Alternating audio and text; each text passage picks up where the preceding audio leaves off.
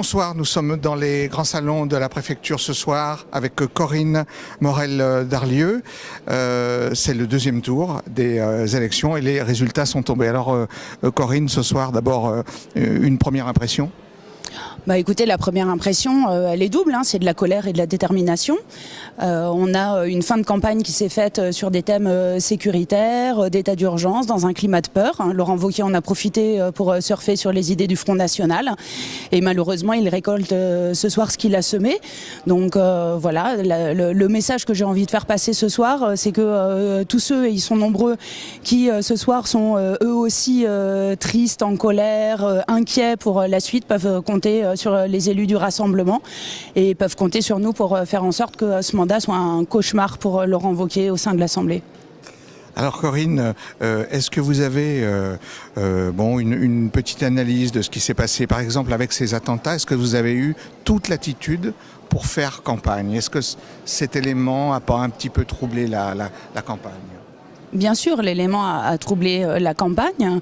Il a provoqué une sorte de hiatus démocratique entre le fait que la date de l'élection ait été maintenue, mais dans des conditions sous cet état d'urgence, avec l'annulation d'un certain nombre de débats sur France Télévisions, qui évidemment a un peu faussé le jeu du débat démocratique auquel les électeurs avaient droit.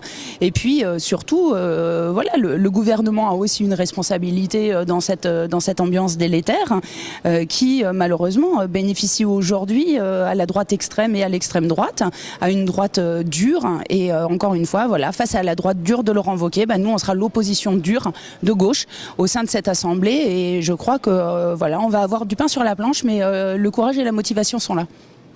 Donc, à partir de ce soir, ce que vous voulez nous dire et dire aux gens qui vous ont suivi, à vos électeurs, c'est que vous n'êtes pas du tout abattus, mais que vous êtes maintenant dans le camp de la résistance?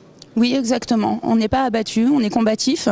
Et ce que j'ai envie de leur dire surtout, c'est que si Laurent Wauquiez applique ses engagements de campagne, eh bien, nous allons devoir, face à ça, mettre en place des solidarités de terrain, des lieux de résistance, parce qu'il faudra être solidaire auprès des associations dont les subventions vont être coupées, auprès des sans-papiers, des précaires, des plus pauvres d'entre nos concitoyens pour lesquels malheureusement le quotidien risque de s'aggraver dans les mois qui viennent. Donc il va falloir redoubler de solidarité, de fraternité, de valeurs républicaines et faire front ensemble parce que une fois de plus, et c'est encore plus vrai peut-être au soir de ce second tour, les élus seuls ne peuvent pas tout, mais avec un sursaut citoyen derrière nous, nous pourrons beaucoup face à Wauquiez.